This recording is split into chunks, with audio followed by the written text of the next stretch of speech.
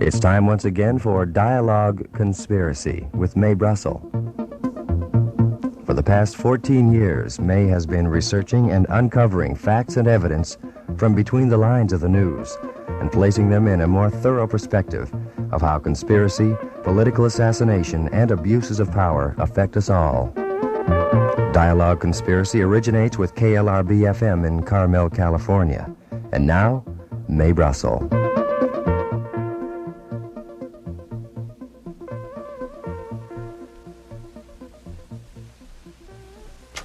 Good evening. This is Mae Brussell. It's Dialogue Conspiracy, number 316, and it's April the 9th, 1978.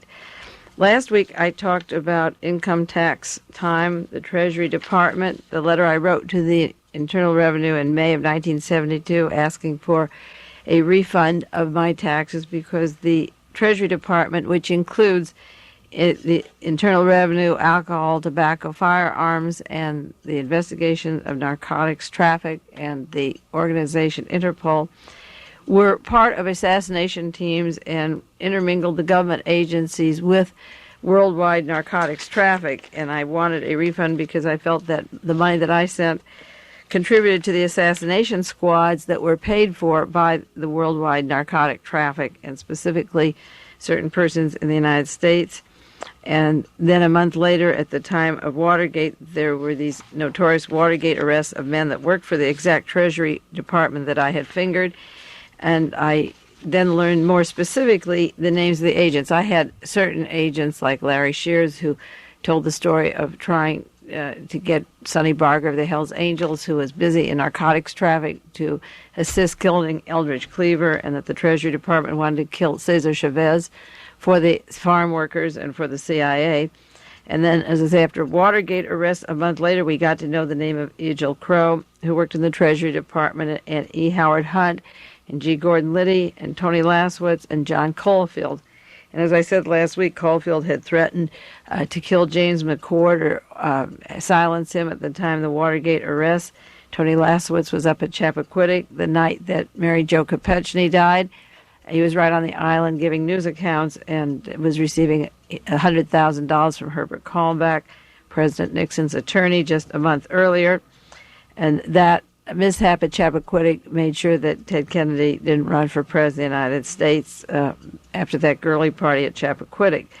We had G. Gordon Liddy with his links to the Treasury Department and Interpol, working in the National Archives with Robert Mardian of the Justice Department, watching Nazi pictures of Adolf Hitler, quoting German and identifying with Adolf Hitler. And Liddy went out, he one time was going to kill Jeb Magruder because they simply mentioned take care of Magruder. And the killing was called off, but we never did get an investigation of these people.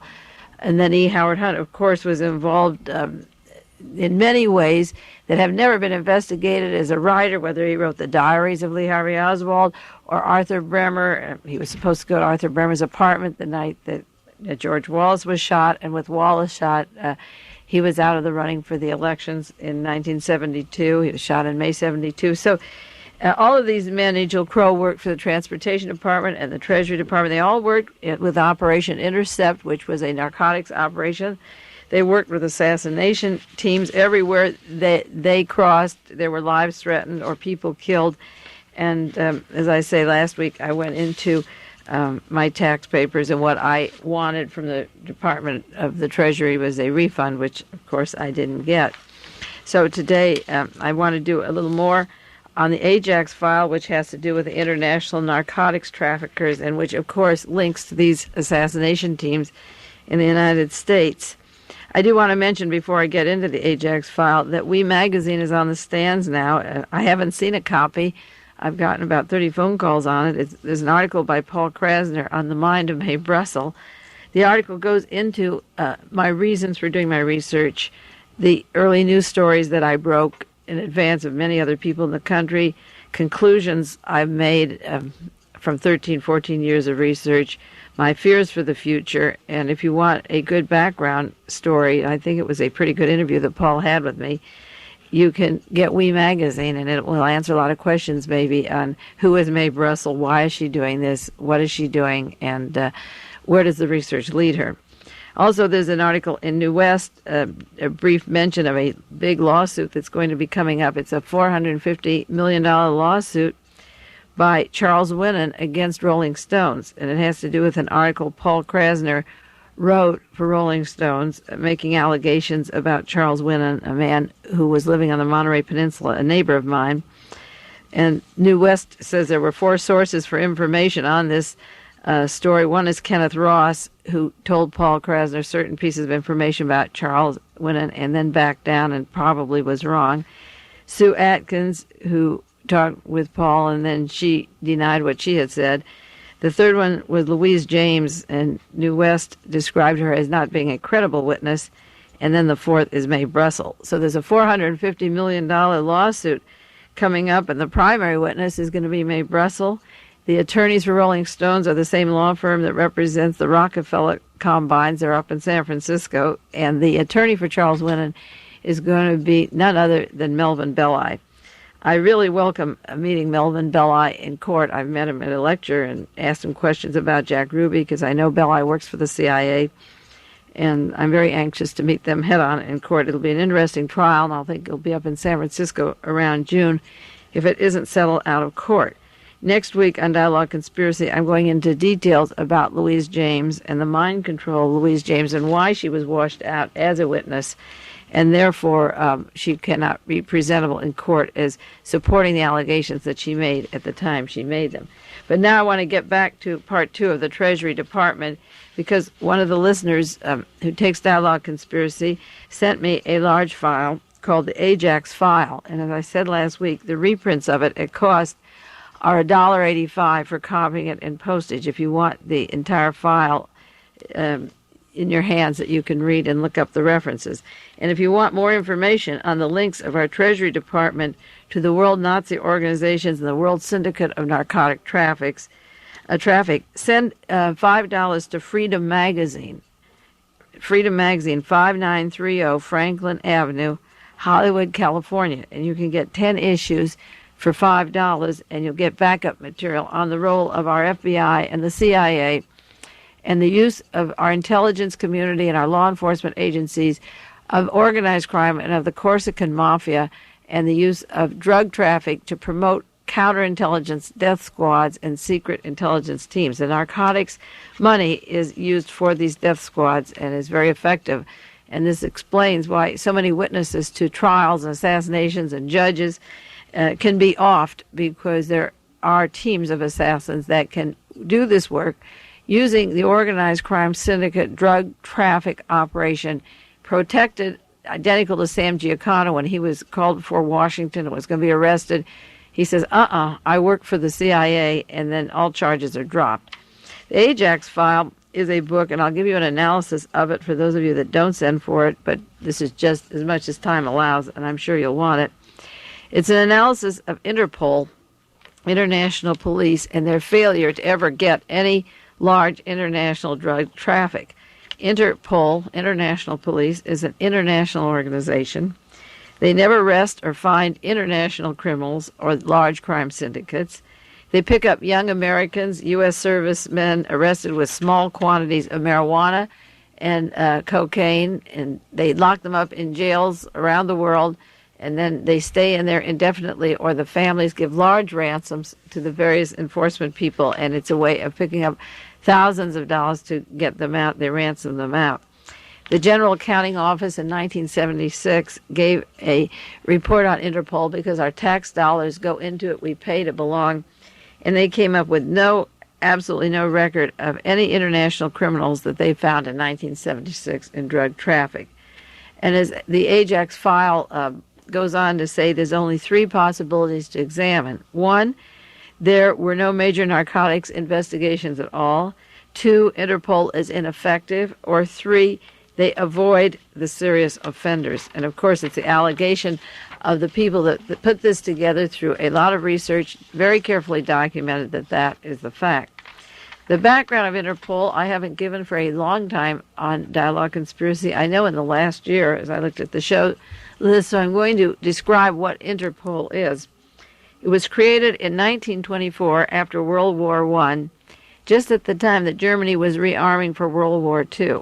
The Versailles Treaty was signed, but immediately Germany rearmed, and a man named Hitler was being promoted as a bulwark against communism, and the Western worlds realized that they didn't want communism in the Soviet Union, this huge giant of Russia, facing Europe and the small countries with the possibility of dividing up the profits that were great, the oil profits, the mineral, labor, and so forth.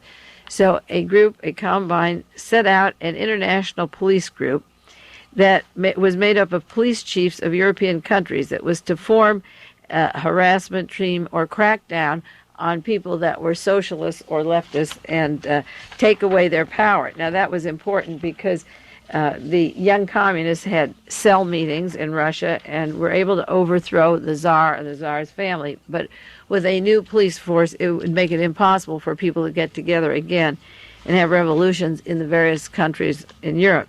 The alleged purpose, of course, of the police was to cooperate finding criminals on the continent of Europe, but the definition of crimes was being a leftist or hungry or out of a job at the time of these depressions, or anti-war or pro-left, and therefore this group Interpol was set up. The headquarters were in Austria, and that's a country that was ripe for Hitler to take over. They welcomed him. By 1935, Hitler had been in power 2 years, and the offices of Interpol then moved to Germany, and there were regularly swastikas at the annual meetings, and the Nazi generals were in charge. One Nazi general was vice president. By 1938, the German police, who were considered the most efficient and effective police in the world, were managing Interpol. It was directed by, in quotes, the efficient Germans. J. Edgar Hoover from the United States went over where the swastikas were displayed, the Nazi generals were, and became the vice president of Interpol during the years when the Nazis were in control. July 20th, 1939 is when the FBI joined Interpol, 1939, and the American government sent over money and agents and became a part of the organization known as Interpol. In 1941, their offices were housed in Berlin. Meyer Heydrich and the top German officers who were in charge of the final solution of killing all Jews or gypsies and leftists and so forth, kept their lists of genealogy of people to be exterminated, and this was housed in Berlin. In 1945, Germany collapsed, and the president of Interpol at that time was hung in Nuremberg for war crimes. But the lists and the logs of people yet to be exterminated still existed, and it was kept in Austria. One important point, the value of these lists is such as the exhuming of Charlie Chaplin's body. I said various people, and I hadn't mentioned on the air before, that I believe the reason Chaplin's body was taken from that grave was that he was Jewish. His mother was Jewish, and this is a Nazi trick to desecrate the graves and cause torment to the families. And there was a cross left in the Presbyterian cemetery, and the body was gone. Nobody wants a ransom, but they just wanted to give terror and bring back this trait that the Germans had for terrorizing. And just this week in, I think it was Midnight Magazine, there was an article on why Charlie Chaplin's body remains were kidnapped, and it was the first published article I've seen that he was a Jew, his mother was a Jew, and that the people in Switzerland were violently anti-Semitic, and they began to get calls immediately after he was buried, take that Jew, that person out of our cemetery where these nice people are. And now it's being printed for the first time, a motive for taking his body. Well, the lists are very valuable because as Interpol works, and I know it works in conjunction with the Mormon banks, the data banks and genealogy that are becoming so popular now, they can find out back to the year 600, almost every single person on planet Earth. And Interpol began the system of the files extermination. In 1945, Germany collapsed, as I said before, where the president was hung, and Meyer Heydrich and Ernest Kaltenbrunner, who were the Gestapo chiefs, had organized Interpol, but the lists remain, and then France took Interpol into their country. You remember France fell in 24 hours to the Nazis, and it had a tremendous desire to be German all along. And Interpol offices were then moved to France. Interpol is dominated now by the French people. French intelligence services have been working with Interpol, and they also have been working at the same time in narcotics traffic. The traffic for the past 20 years from Southeast Asia was coming in from the relationship of France to Saigon and the countries in Southeast Asia. Until 1946, France only paid dues to Interpol, but then they put the Interpol building in Paris, and it's right now a 7-story building in the Paris suburbs.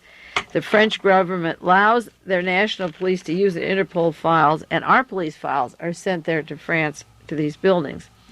The first expose of Interpol that came public was in a book called Policeman's Lot by Harry Soderman. It was published in 1965 by Funk and Wagner, and Soderman died just at the time that the book was being edited. There's little wonder. It's like Mr. Blair's book on the oil conspiracy that was coming out last year, and he died just about a week or two before his book was available. So there were no talk shows and no promotion of the book. Well, Mr. Soderman was in on the beginning of the creation of Interpol. He collaborated with the Nazis. He knew about their files, and he knew about the files that were developed by the Nazi police, and many of them were used to blackmail people in the Third Reich. And he knew they had a list of forgers and counterfeiters, and they made passports and currency for people. And Mr. Soderman was writing this book at the time of his death. It was just being edited.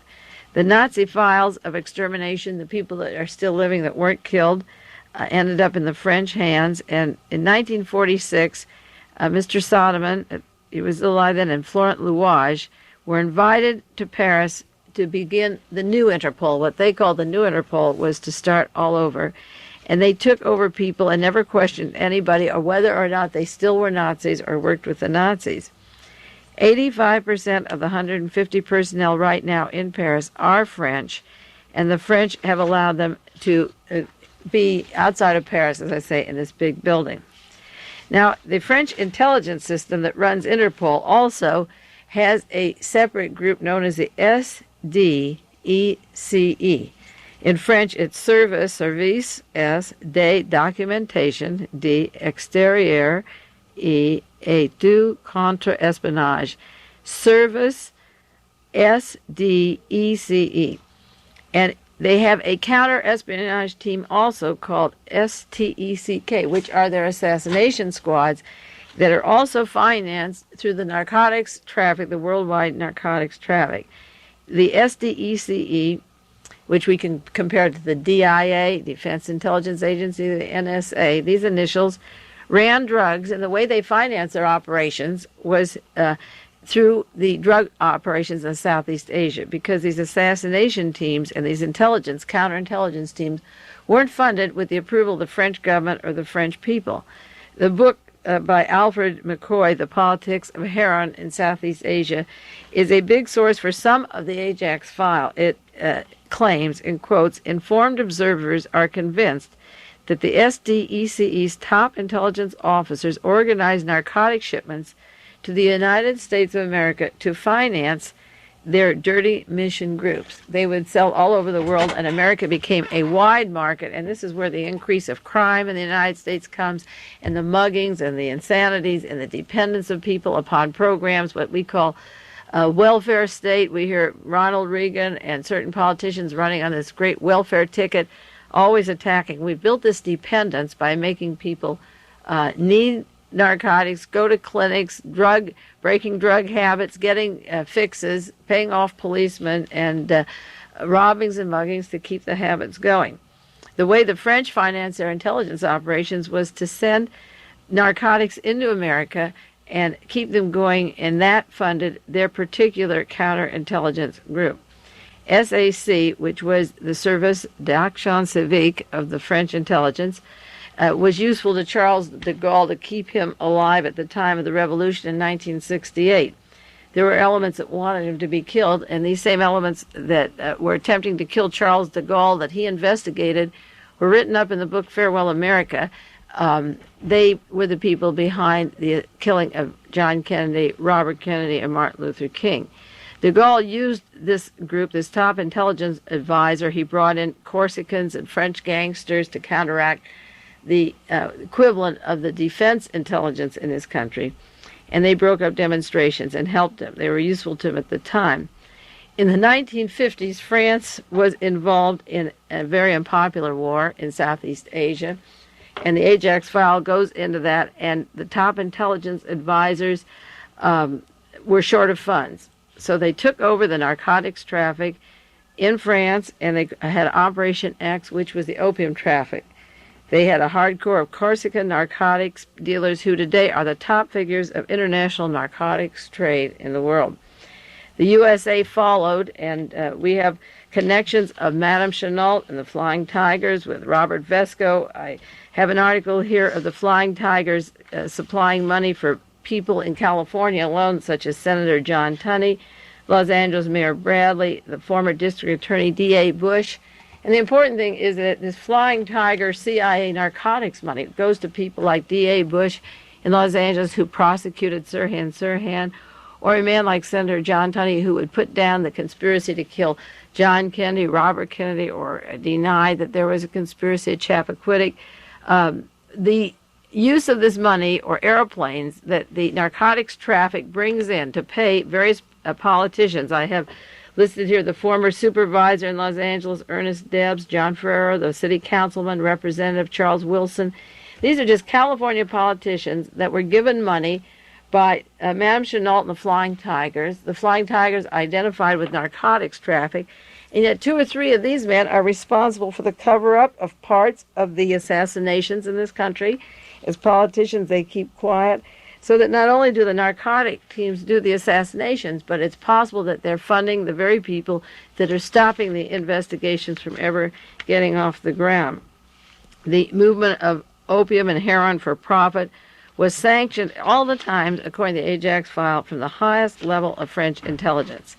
Then the United States got into the act of narcotics traffic. Colonel Edward Lansdale went to Indonesia in 1953 for a 6-week tour.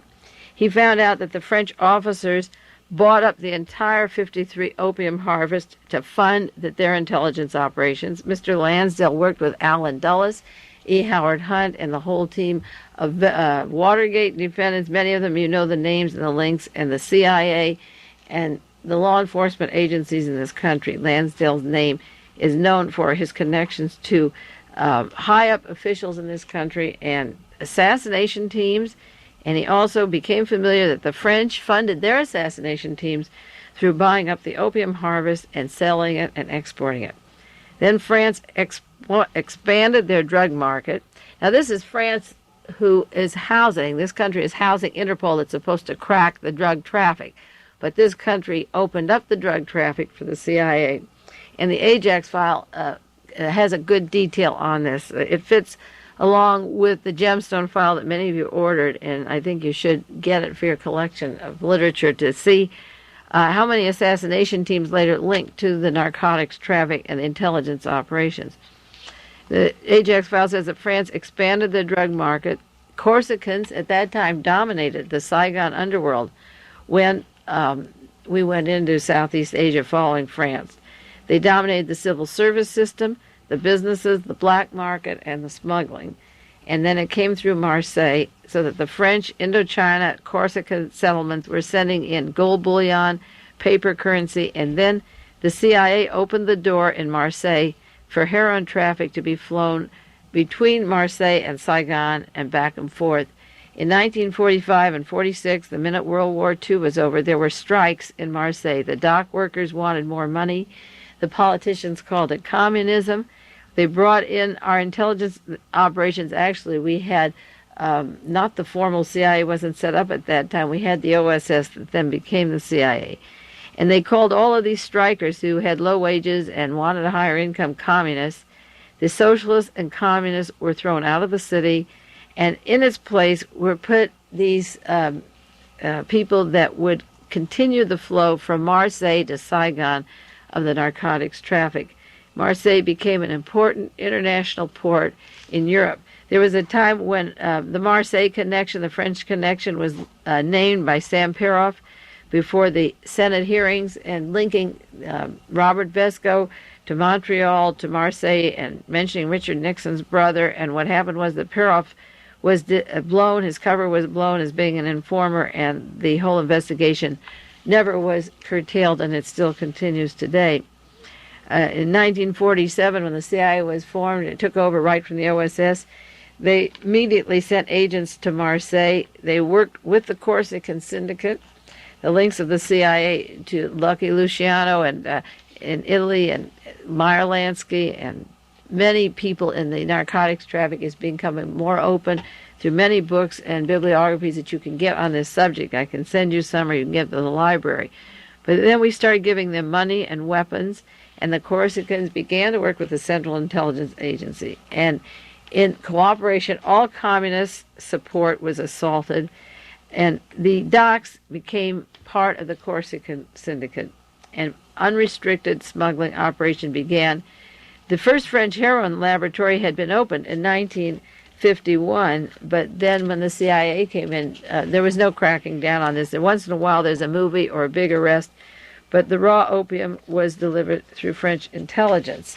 The Ajax file has a list of various people high up in the international government of France, President of the National Assembly, the French police, works with Interpol and the syndicate. Jean Bosy, head of the manpower and criminal ranks for de Gaulle, head of the French police, works with Interpol and the syndicate. They give the names of the various people that work both with Interpol and with the syndicate.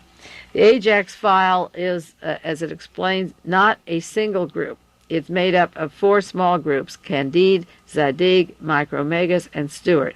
And that's their code name, with constant radio contact to Switzerland. They have 180 members at the time of the war. They now have 2,000 members. And certain members, like Jean Nepot, N-E-P-O-T, he was the Secretary General of Interpol. The officials of the narcotics traffic and the heroin traffic are also, and the French police, are also working with Interpol. And the purpose of the Ajax file is to show why we can't get narcotics arrests and why we can't stop the big people that are bringing in the drugs and the crime that follows afterwards. Many people, such as Nepot, got papers showing that they never collaborated with the Nazis. They were selling papers, memberships of resistance groups after the war, diploma mills, and you could buy a membership showing that you have a certificate you are anti-Nazi. And yet the very people that are working with the French police are working with the drug programs, and they also work with the purification committee of getting rid of certain people.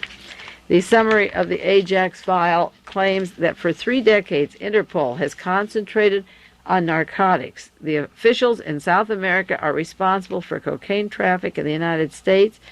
One person member, Christian David, a former SDEC agent from France, was one of the moving forces of American drug traffic and the Corsican syndicate. He was arrested in 1972. The French syndicate dominates the Marseille Golden Triangle heroin. The French syndicate also works with Interpol, international police, for the purposes of catching the little guy and letting the large dealers get away. Another use of Interpol, according to the Ajax file, to the syndicate is very easy to see. When SDECE moves drugs, they use their counterintelligence to protect their shipments. Their police protect the shipments.